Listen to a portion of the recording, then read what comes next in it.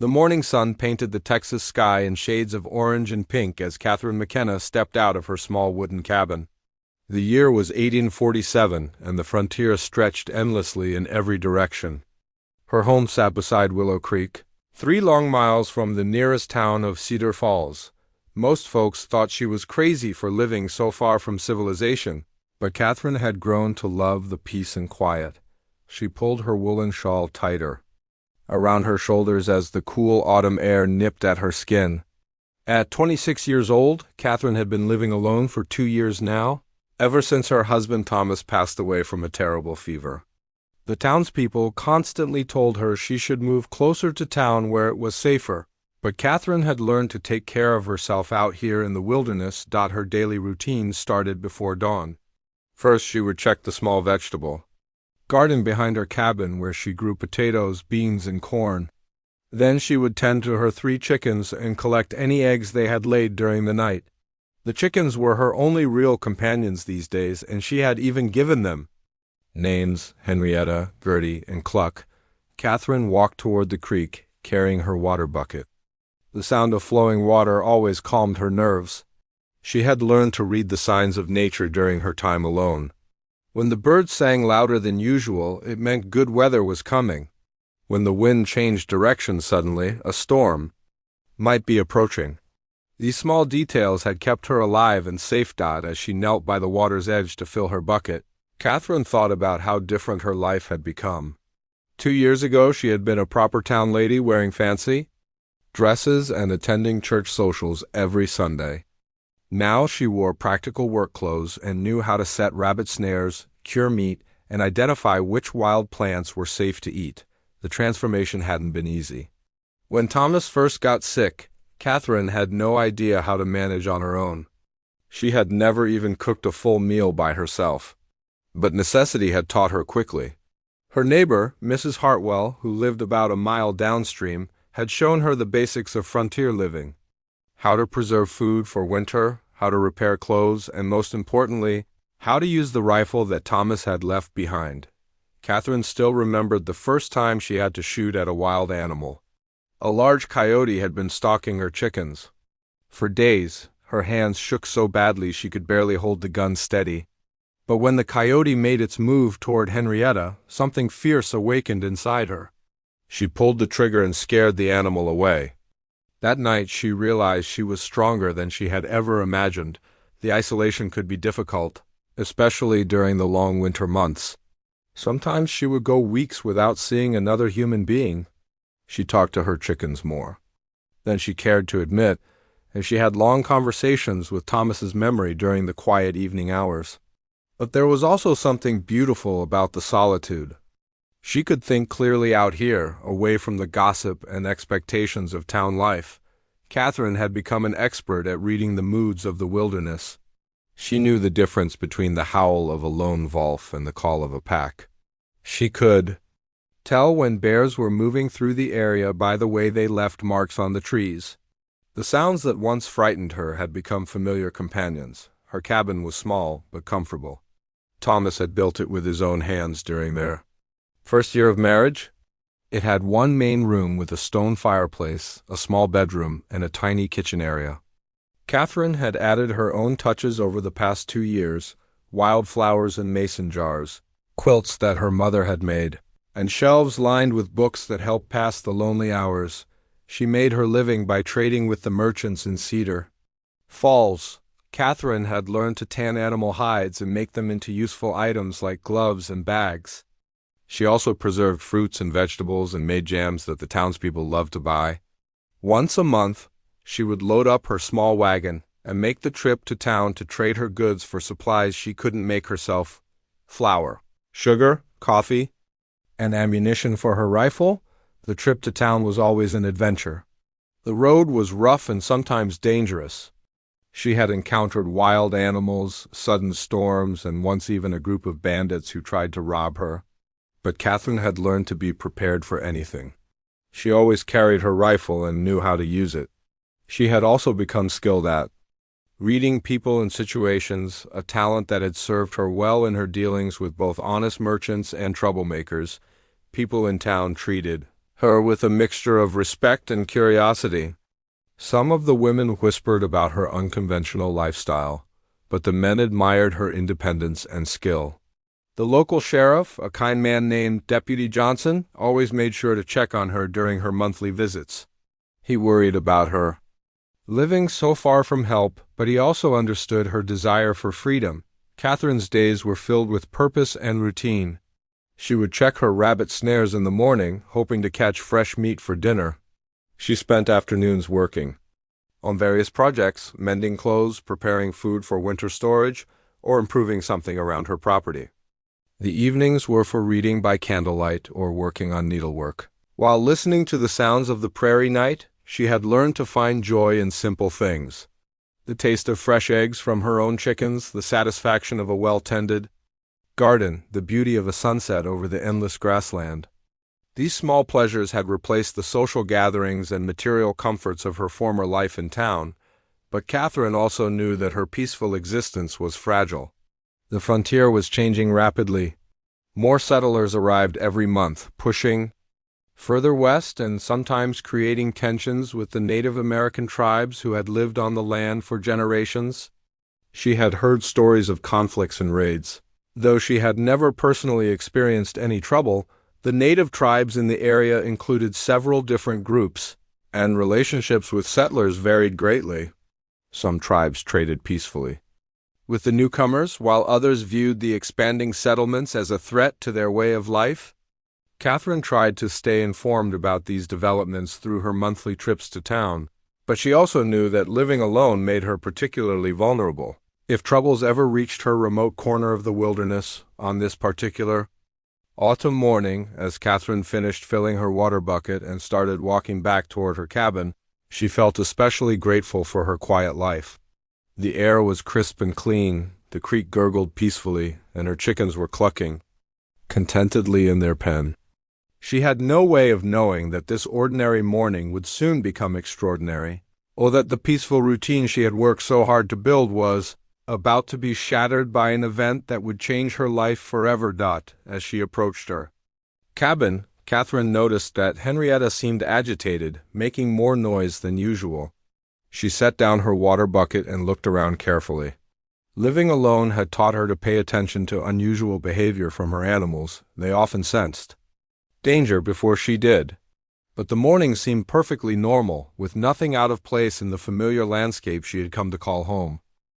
Catherine had just finished her morning chores when she heard something that made her blood turn to ice. It wasn't the usual sounds of the wilderness that she had grown accustomed to over the past 2 years. This was different, a high-pitched screaming that could only come from a human. Being in terrible danger, the sound cut through the peaceful morning air like a knife. Catherine dropped the bucket of chicken feed she had been carrying and listened carefully. There it was again, the desperate cry of what sounded like a child. Her heart began racing as she realized the screams were coming from somewhere near the creek, probably about half a mile downstream from her cabin. Without hesitation, Catherine ran inside and grabbed her rifle from above the fireplace mantel. Her hands moved quickly and steadily as she checked to make sure it was loaded. Thomas had taught her well before he died, and the past 2 years of frontier living had made her comfortable with the weapon. She also grabbed a handful of extra ammunition and stuffed it into her apron pocket. As she hurried toward the sound, Catherine tried to imagine what could be happening. Wild animals were always a possibility out here. Bears, mountain lions, and wolves all roamed this territory. But it was the wolves that worried her most. She had been hearing their howls more frequently lately, which usually meant they were having trouble finding their usual prey. The screaming continued as Catherine pushed through the thick underbrush that grew along the creek bank. Thorny bush caught at her dress and scratched her arms, but she ignored the pain. The cries were getting louder, which meant she was getting closer. She could also hear another sound now, the low, threatening growls of multiple animals. Catherine's mind raced as she tried to think of the best approach. She had learned from experience that running blindly into a dangerous situation usually made things worse. But those screams told her that someone was in immediate danger, and every second counted. As she got closer, Catherine could see movement through the trees. She crouched low and moved carefully, trying to get a better view of what was happening. What she saw made her stomach clench with fear and determination. A young boy, probably no more than 8 or 9 years old, was trapped against a fallen log by a pack of 6 large gray wolves. The child was clearly Native American, with long, black hair and traditional clothing that she recognized as Comanche style. He was bleeding from several wounds on his arms and legs, and he held a small knife in his trembling hand as he faced down the snarling predators. The wolves had formed a rough circle around the boy, and Catherine could see they were preparing to attack. The pack leader, a massive gray wolf with yellow eyes, was closest to the child. Its lips were pulled back in a vicious snarl, showing teeth that could easily tear a person apart. Catherine realized she had to act immediately. The boy was weakening and the wolves were getting bolder by the moment. She raised her rifle and aimed carefully at the sky above the pack. Taking a deep breath, she pulled the trigger twice in quick succession. The loud gunshots echoed through the forest like thunder. Most of the wolves immediately scattered, running in different directions as the unfamiliar sound startled them. But the pack leader stood its ground, apparently more experienced with humans and their weapons. It turned toward Catherine with those same yellow eyes, as if deciding whether she was a bigger threat than the injured child. Catherine quickly reloaded her rifle, her hands moving with practiced efficiency. She had learned that showing fear to wild animals was often the worst thing you could do. Instead, she stood tall and spoke in a firm, loud voice, "Get back, go on, get out of here."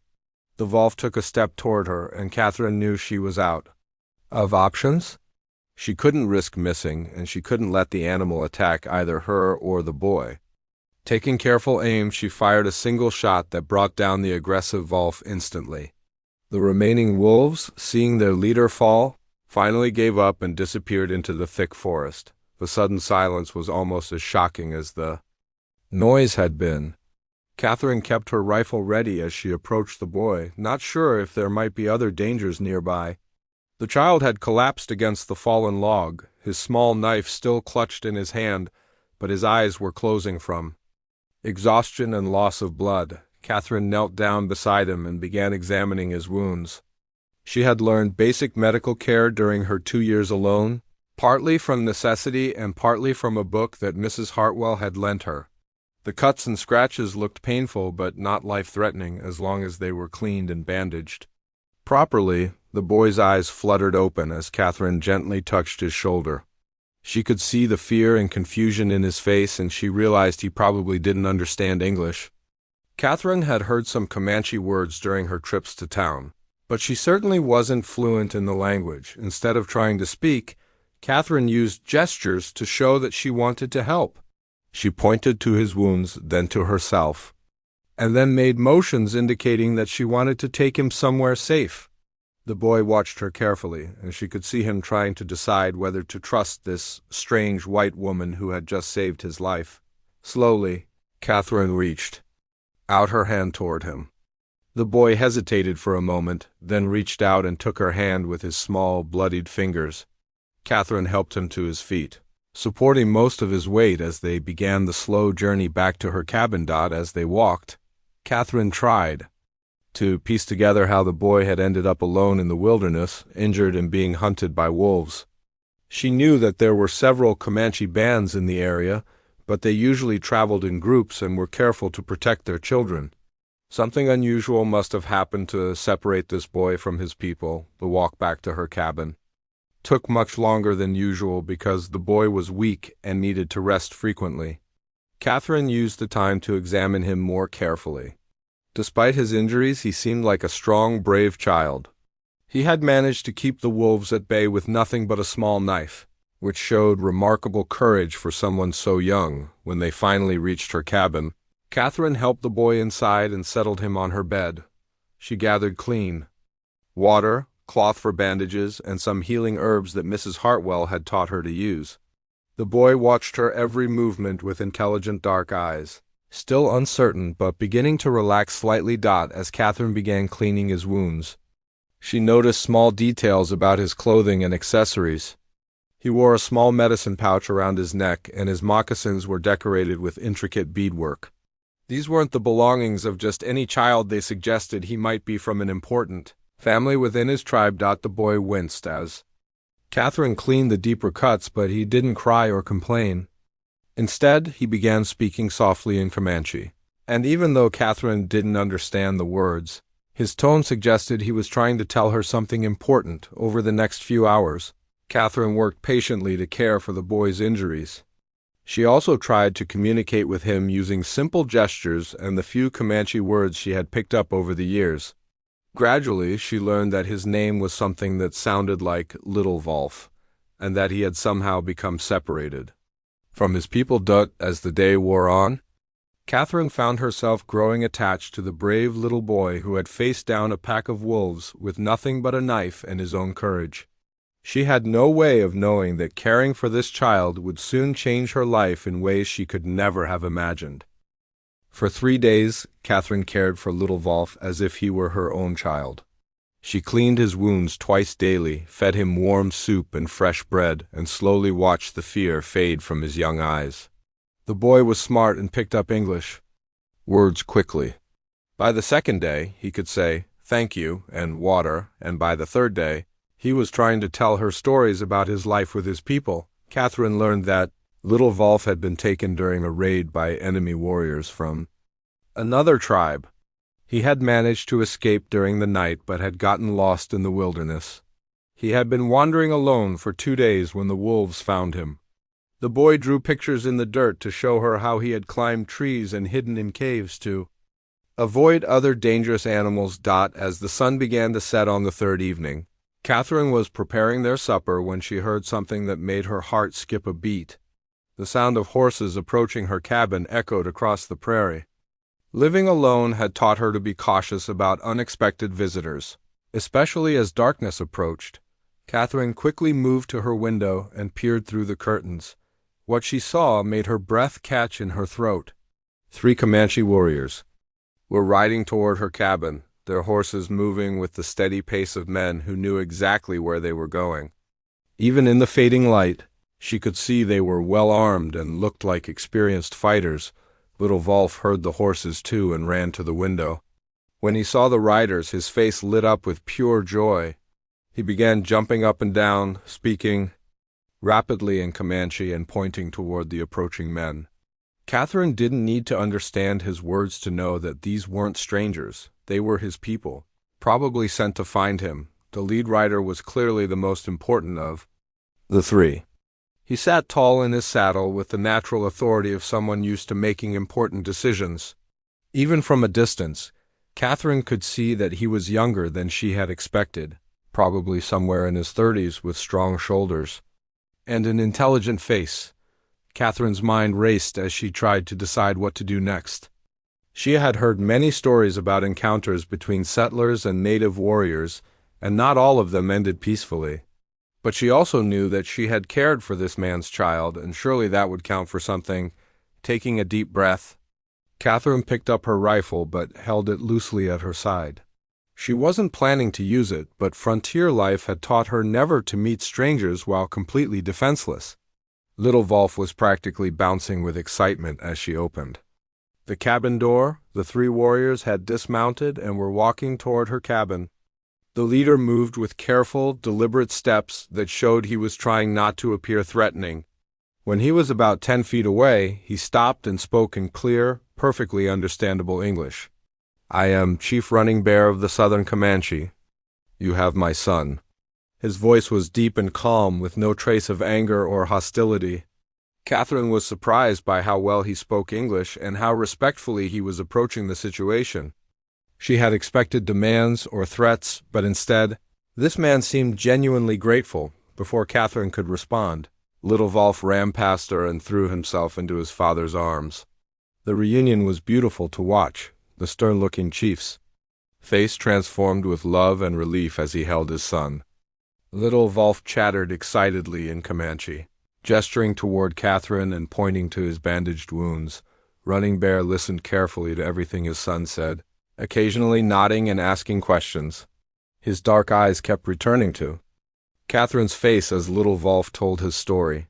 She couldn't understand the words, But she could tell from the boy's animated gestures that he was describing the Wolf attack and her rescue. After several minutes, Running Bear gently set his son down and walked toward Catherine.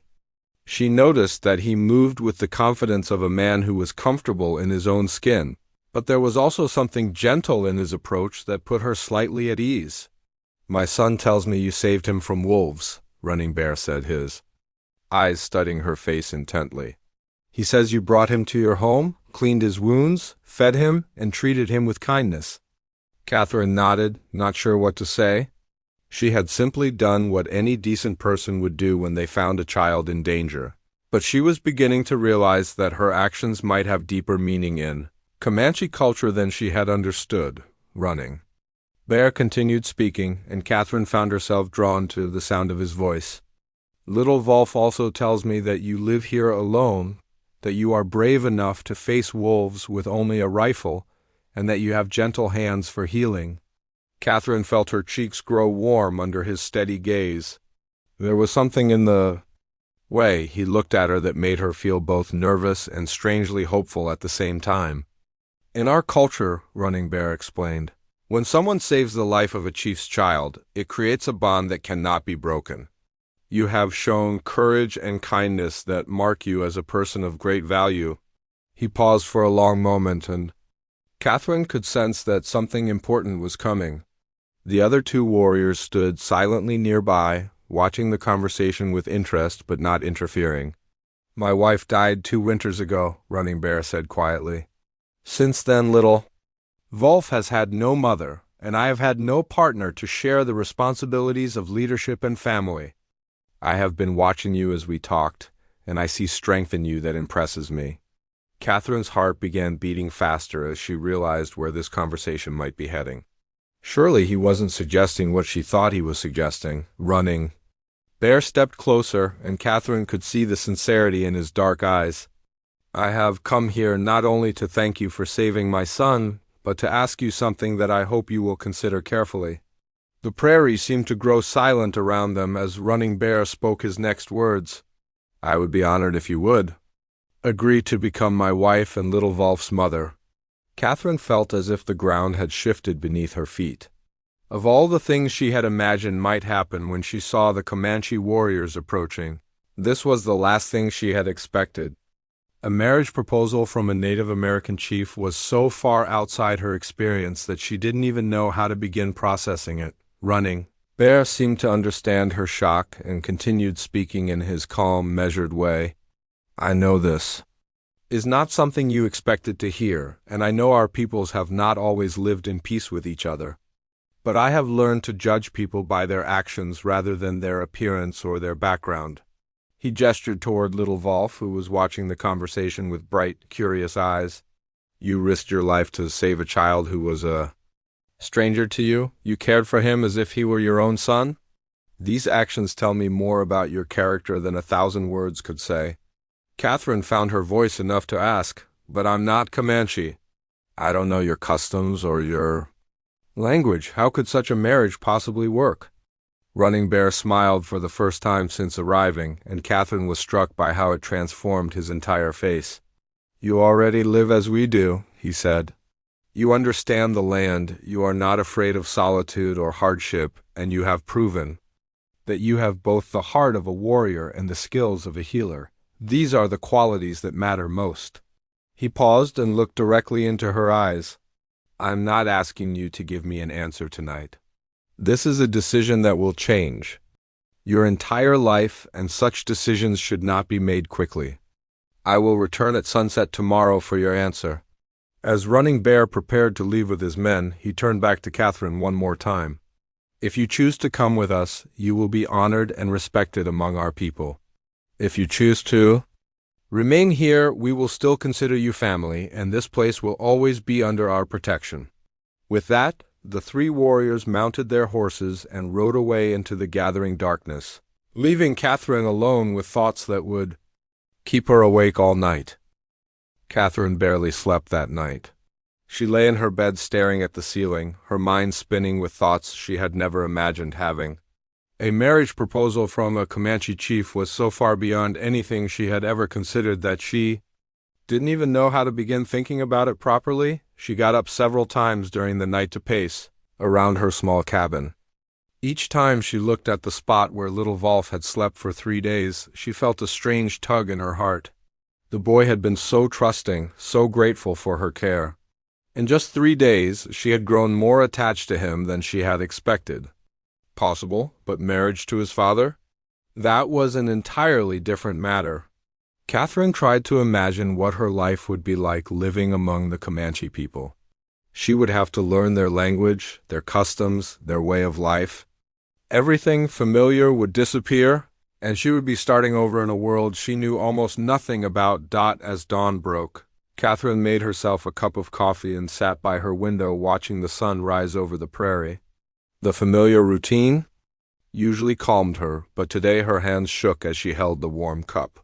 She kept thinking about Running Bear's eyes, how intelligent and kind they had seemed, how respectfully he had spoken to her after breakfast. Catherine decided she needed to talk to someone about this impossible decision. The only person she could think of was Mrs. Hartwell, her neighbor who lived a mile downstream. Margaret Hartwell was a wise woman who had lived on the frontier for over 20 years. If anyone could help Catherine think through this situation, it would be her. Catherine saddled her horse and rode to the Hartwell place, her mind still churning with questions and doubts. She found Margaret hanging laundry behind her cabin, and the older woman took one look at Catherine's face and knew something serious had happened. "Come inside, dear," Margaret said immediately. "You look like you haven't slept a wink, and you're pale as a ghost. What's happened?" Catherine told Margaret the entire story about finding little Wolf, caring for him, and Running Bear's shocking proposal. Margaret listened without interrupting, occasionally nodding or raising her eyebrows, but letting Catherine get the whole story out before responding. When Catherine finished, Margaret was quiet for a long moment. Finally, she poured them both another cup of tea and sat back in her chair. "Well," Margaret said slowly, "that's certainly not something you hear every day. A Comanche chief wanting to marry a white woman? That's almost unheard of around these parts." Catherine nodded miserably. "I know it sounds crazy. Maybe I should just say no and forget this whole thing ever happened." "Now hold on," Margaret said firmly. "Don't make any hasty decisions. Tell me, what did you think of this Running Bear fellow? Was he respectful to you?" Catherine thought about the question carefully. "Yes, he was very respectful. He didn't demand anything or threaten me. He explained his reasons and gave me time to think about it, and his English was better than some of the men in town." Margaret smiled slightly. "That's important. And what about the boy? You grew fond of him, didn't you?" "Oh, yes," Catherine said without hesitation.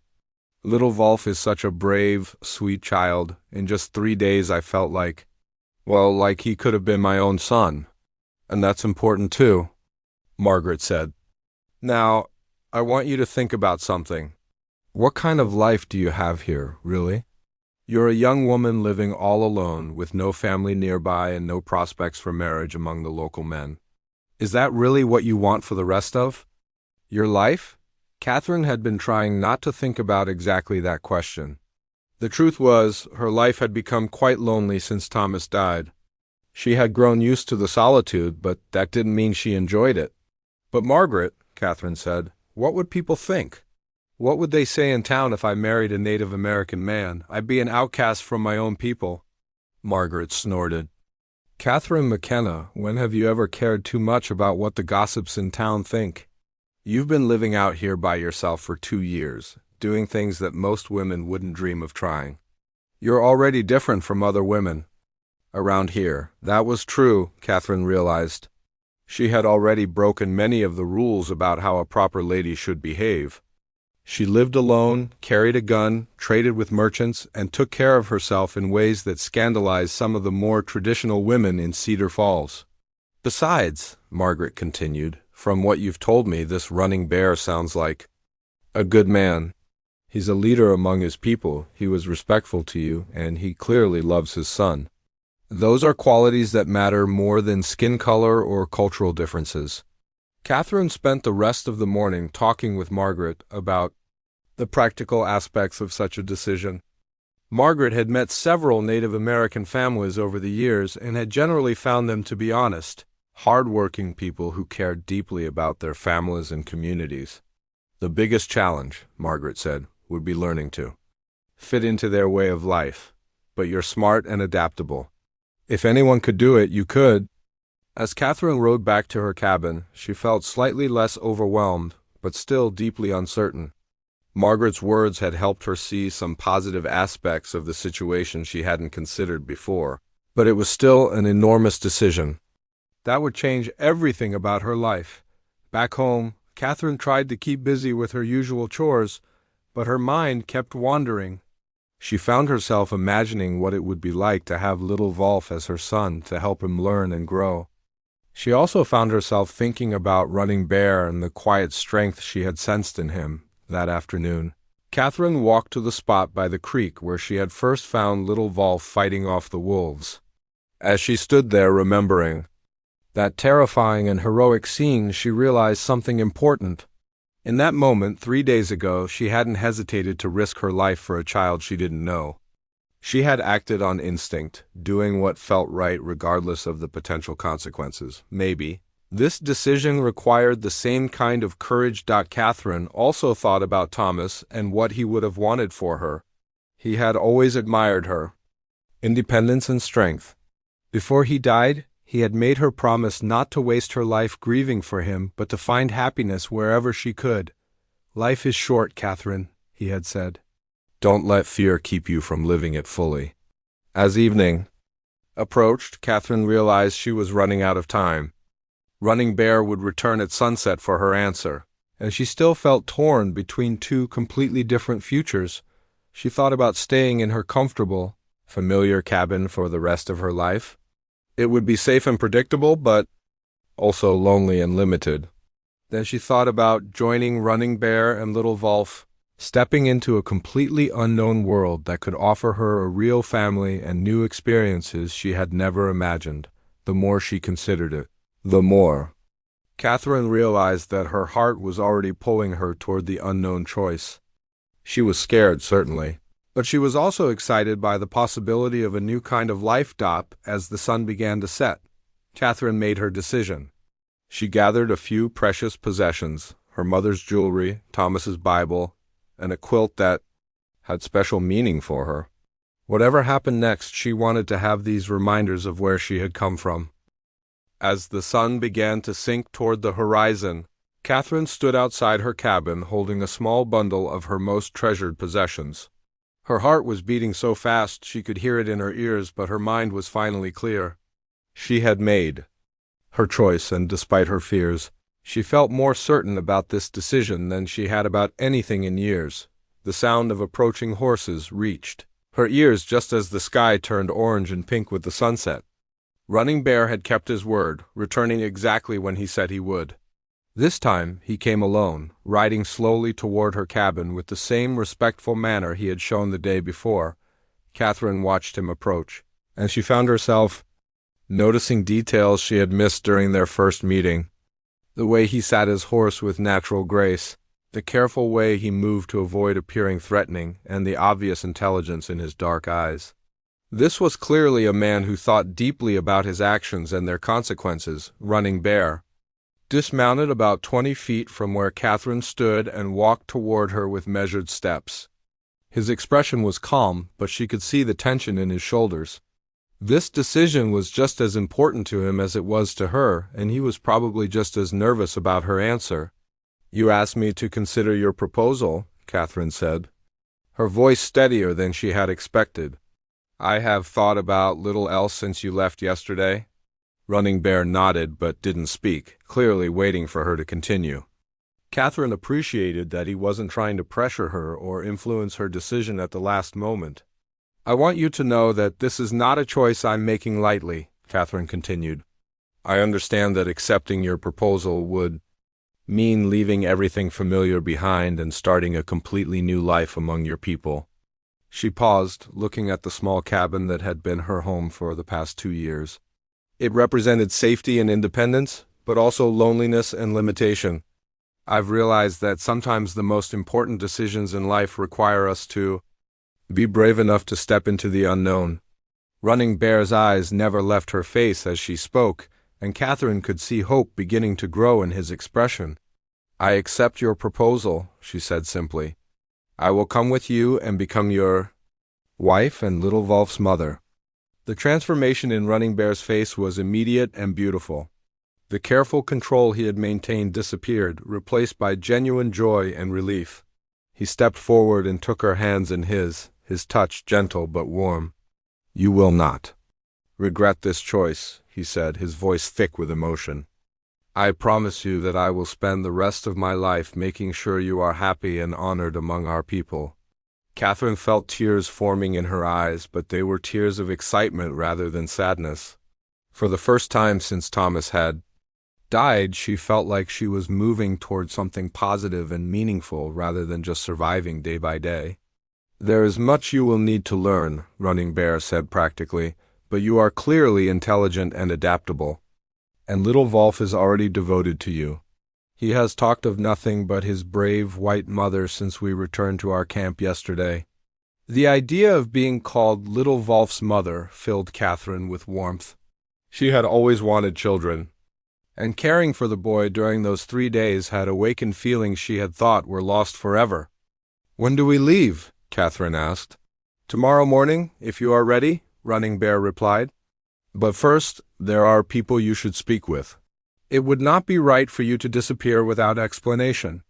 Catherine nodded, grateful for his thoughtfulness. I'll need to visit the Hartwell family and arrange for someone to care for my animals. And I should go to town to settle my accounts with the merchants. I will wait, Running Bear said. Take the time you need to properly close this chapter of your life. The next morning, Catherine saddled her horse and rode to the Hartwell place first. Margaret was working in her garden when Catherine arrived, and the older woman looked up with curious eyes. Well, Margaret asked simply. I'm going with him, Catherine said. Unable to keep the smile off her face, Margaret stood up and brushed the dirt off her hands, then walked over and embraced Catherine warmly. I'm proud of you, dear.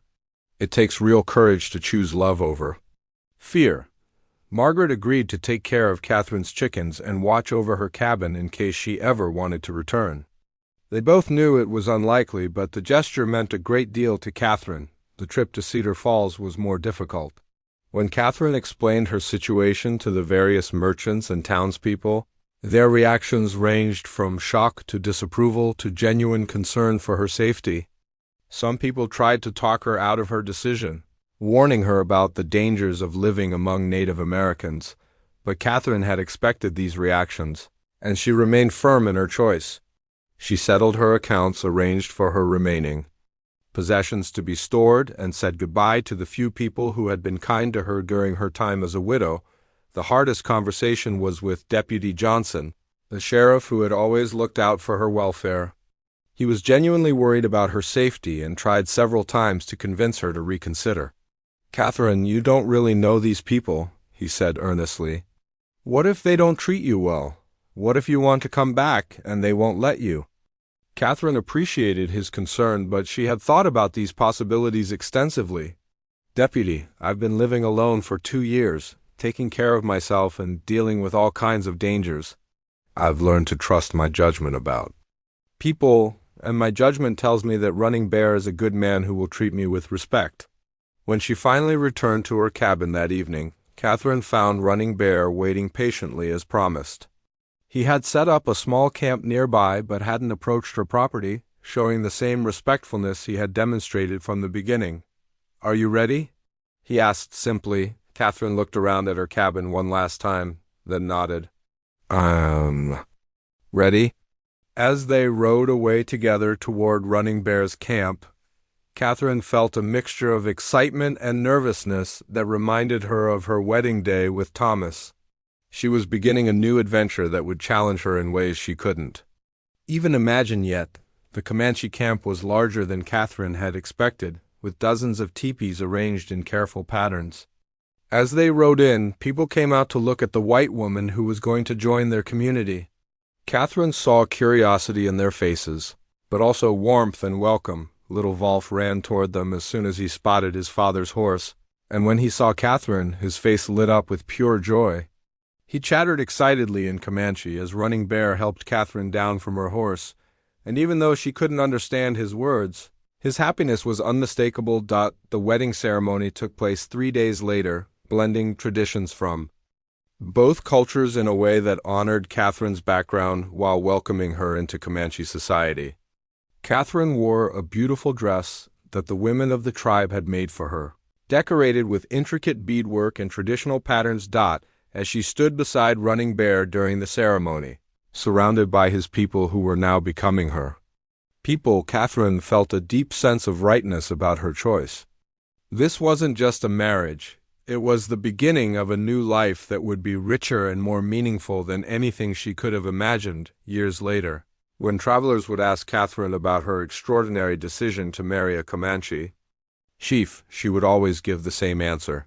Sometimes the best things in life come to us in the most unexpected ways. All we have to do is be brave enough to say yes when opportunity knocks.